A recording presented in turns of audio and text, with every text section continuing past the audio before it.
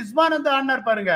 ஏன்னா அது எப்படின்னா ஒன்னே ஒண்ணுதான், அதான் பாசம்ன்றது. என்னது பாபர் 88 ஸ்ட்ரைக் ரேட்ல ஆட்டாரா? இது ஒரு கிரிமினல் அஃபென்ஸ் ஆச்சு. அதை நான் எப்படியும் வந்து சரி கட்டியே ஆகணும்னு சொல்லிட்டு அவர் இப்படி போட்டு நிறுத்தினார் பாருங்க. அதெல்லாம் வந்து எக்ஸ்ட்ராடனரி. நீ பயந்துன்னு பேட்டிங் ஆடுற, அதை பத்தி எனக்கு பிரச்சனை இல்லை. 240 எப்படி எப்படியா 2 பாரிவள்ளல் இருக்காங்க, ஒன்னு ஷஹீன் அஃப்ரிதி. ஓகே, அங்க 2 பேருக்கு போட்டி நடக்குது இப்போ. ஹாரிஸ் ராஃபுக்கும் அவருக்கும் 2 பாரிவள்ளல் வச்சிருக்காங்க. அதுக்கப்புறம் பாத்தீங்கன்னா ஒரே ஒரு போலர் தான், ஒரு நல்ல போலர் அப்ரார் அஹ்மது. அவரை வச்சுட்டு நீங்க எவ்வளவு ஒரு 7400 ரன் அடிச்சிருந்தீங்கன்னா ஒரு சான்ஸ் இருக்கு உனக்கு. முக்கி 240 ரன் அடிக்கிறீங்களே.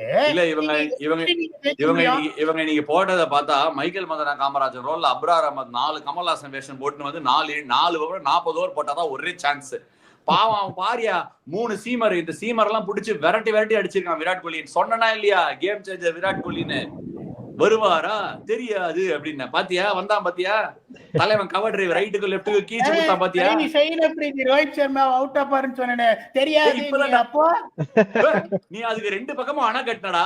நீ என்ன சொன்னா அவர் அடிச்சுட்டாருன்னா ஓகே, 2 பக்கமும் அணை கட்டின, அதை நான் ஒத்துக்க மாட்டேன்.